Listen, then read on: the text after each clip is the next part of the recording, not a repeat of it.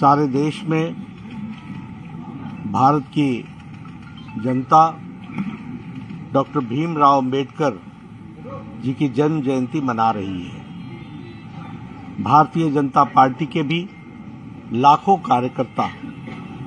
हर booth पर doctor Bhimrao Ambedkar ji की जन्म जयंती मना रहे हैं। हम सब जानते हैं कि महान आत्मा भारत रत्न डॉक्टर भीमराव अंबेडकर जी ने देश के विकास की दृष्टि से और देश के सामाजिक उत्थान की दृष्टि से और सामाजिक न्याय की दृष्टि से उनका बहुत बड़ा योगदान है, जिसको भारत की जनता कभी भूल नहीं सकती। हम सबको मालूम है कि वह संविधान के चीफ आर्किटेक्ट रहे और उन्होंने भारत के संविधान में सामाजिक न्याय, आर्थिक न्याय और प्रजातंत्र किस तरीके से मजबूत हो सकता है, इसकी नींव संविधान के माध्यम से रखी थी। और उनके योगदान के कारण हम कह सकते हैं कि आज भारत तीव्र गति से जो आगे बढ़ा है,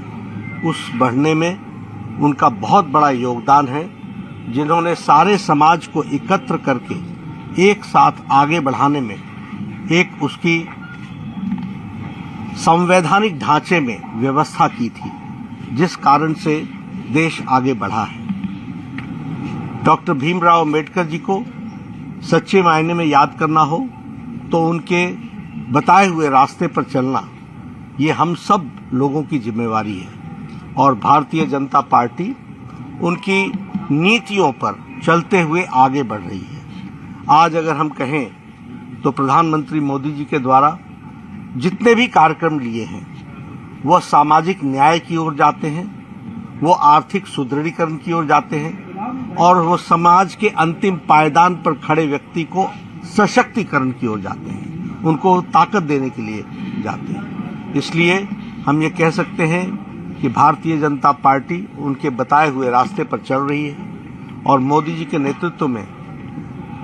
अंतिम पायदान पर खड़े व्यक्ति का सशक्तिकरण, ये सामाजिक न्याय की बुनियाद है और इसी तरीके से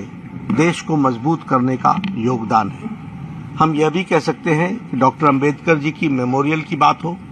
फिर चाहे वो मऊ में हो, फिर चाहे वो लंदन में हो, फिर चाहे वो मुंबई में हो, फिर चाहे वो जहां उन्होंने अपना निर्माण किया दिल्ली में हो, सब जगह मेमोरियल बनाने का काम भी किया, तो वह भी आदरणीय प्रधानमंत्री मोदी जी ने और उनके नेतृत्व में हुआ है। इसलिए हम सब लोग उनको याद भी करते हैं और उनके बताए रास्ते पर चलने के लिए भारतीय जनता पार्टी का एक एक कार्यकर्ता कृत संकल्पित है। और इसीलिए आज उनकी जन्म जयंती पर लाखों कार्यकर्ता हर बूथ पर इस कार्यक्रम को मनाते हुए उनको याद कर रहे हैं और उनसे प्रेरणा लेकर के सामाजिक न्याय, आर्थिक सुदृढ़ीकरण, समाज के अंतिम पायदान पर खड़े व्यक्ति को सबल हो, मजबूत हो।